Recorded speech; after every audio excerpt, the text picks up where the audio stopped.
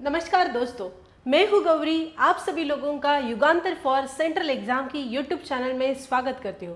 दोस्तों, आज अपन देखने वाले हैं कि जो अपना बैंक एग्जाम्स के अंदर जो सबसे ज़्यादा इम्पॉर्टेंट जो सब्जेक्ट होता है that is reasoning, logical reasoning. उस रीजनिंग का प्रिपरेशन आप कैसे कर सकते हो ताकि रीजनिंग के अंदर मैक्सिमम मार्क्स आप कवर कर सकते हैं। ठीक है, चलो देखते हैं। So first of all let's see the reasoning strategy.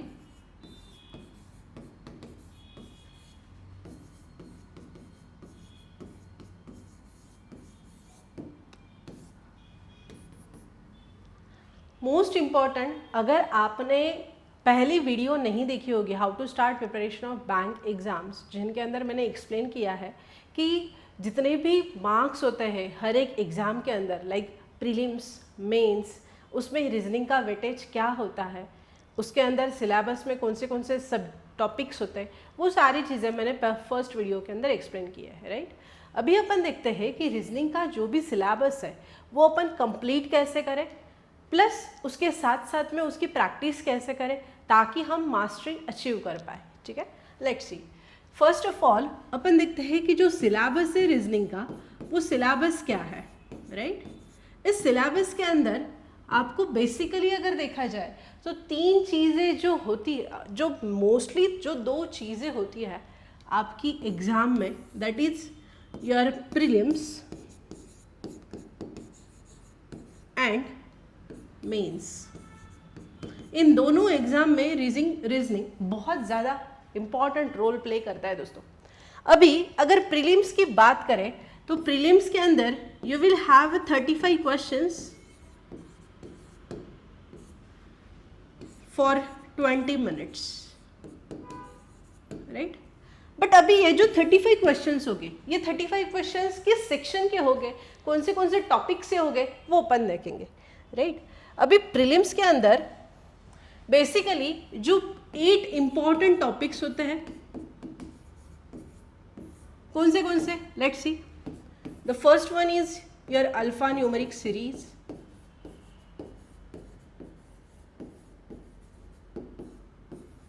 right?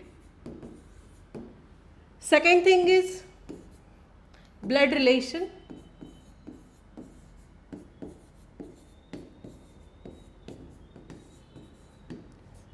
Third one is distance direction.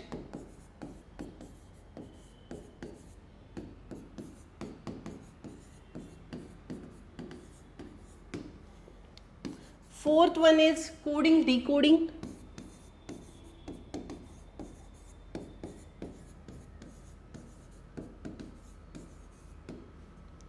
Fifth one is inequalities.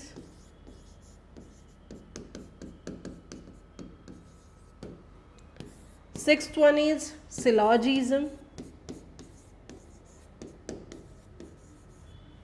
Then seventh one is sitting arrangement.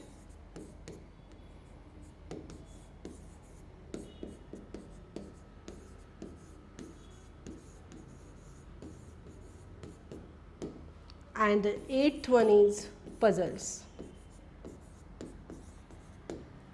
दोस्तों, ये जो 8 टॉपिक्स मैंने बताए ये आपके हर एक प्रिलिमिनरी एग्जाम के अंदर कवर हो गए। राइट, एंड इसी के साथ साथ में मेंस के लिए और 3 टॉपिक्स ऐड होते हैं। The one is input output,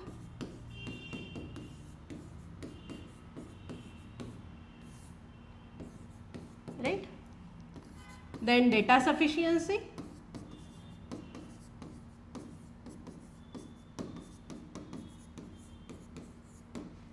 and critical reasoning.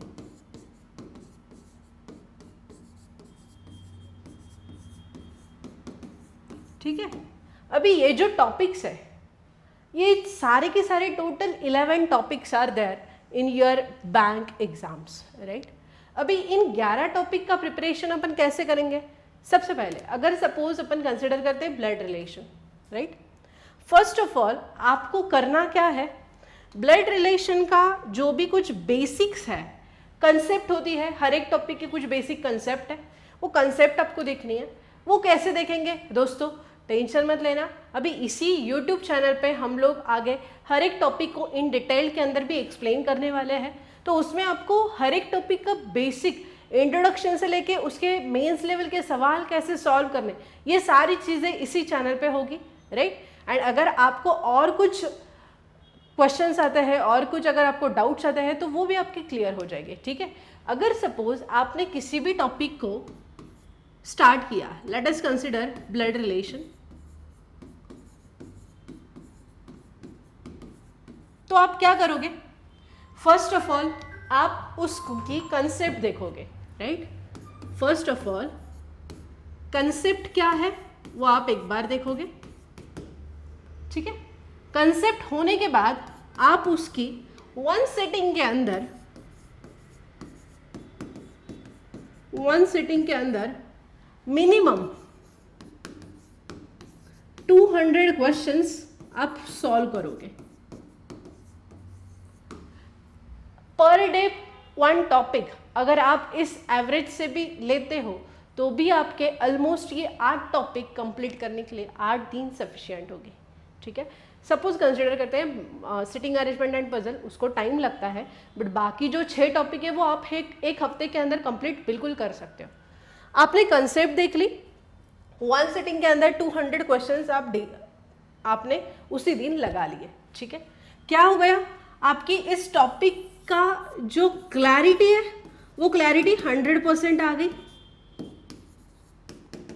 Right. Then अभी ये होने के बाद सेकेंड डे को आप क्या करोगे, this is for the first day, right. Second day को आप करोगे उसी टॉपिक के, सपोज ब्लड रिलेशन ही लेता है, उसी टॉपिक के आप ज्यादा नहीं सिर्फ 10 क्वेश्चंस, राइट। एंड ये 10 क्वेश्चंस होने के बाद उसके बाद आप करोगे new topic, new any other topic, same concept करना, फिर कंसेप्ट के बाद वन सिटिंग 200 क्वेश्चंस, ठीक है। गारंटी के साथ कहती हूँ दोस्तों 100%, अगर आप इस स्ट्रैटेजी के साथ जाओगे रीजनिंग के अंदर मैक्सिमम मार्क्स आप बिल्कुल अचीव कर सकते हो। रीजनिंग के अंदर 100 आउट ऑफ 100 यानी कि 35 on 35 मार्क्स अचीव भी हो सकते हैं, मैंने खुद ने किया है। It is not that much difficult task दोस्तों, ठीक है, बहुत आसान है, बस आपको इसी तरीके से जाना है, ठीक है। फिर अभी आपको करना क्या है, अभी हमारे पास एक टारगेट है। What is the target, we have exam of RRB, PO और आरआरबी असिस्टेंट, राइट। ये एग्जाम कब है अपनी, अगस्त के अंदर, राइट। अभी आज अपन है अप्रैल में, अप्रैल, मई, जून, जुलाई, 4 months are more than sufficient to complete all the syllabus, maths, English, reasoning, तीनों चीज़ें कंप्लीट करने के लिए 4 महीने बहुत सफिशिएंट है, अगर आप 100% हर दिन देते हो तो, ठीक है। तो आपको सबसे पहले हर एक टॉपिक का cover,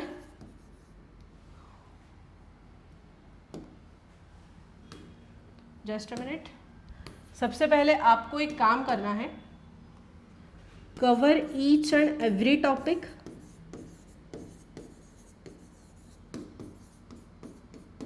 of syllabus.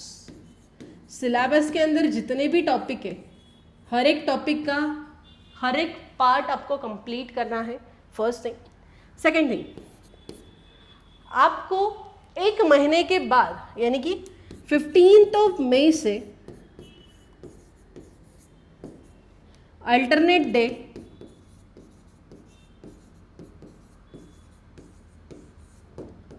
One preliminary level मॉक्स देनी है, उस मॉक का एनालिसिस कैसे करना वो भी अपन नेक्स्ट मंथ में देखेंगे, कैसे करना क्या करना वो हर एक चीज़ मैं इन डिटेल के अंदर बताऊंगी, ठीक है। देन मॉक होने के बाद आपको मेंस लेवल के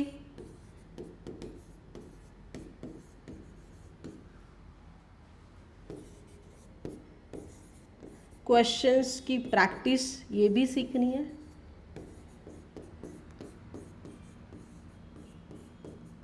हर एक क्वेश्चन की हम लोग प्रैक्टिस भी इसी चैनल पे लेने वाले हैं। सो दोस्तों, अगर आप इस स्ट्रैटेजी के साथ रीजनिंग के अंदर आगे बढ़ते हो तो डेफिनेटली कहती हूँ यू विल हैव 100% सक्सेस, ठीक है दोस्तों।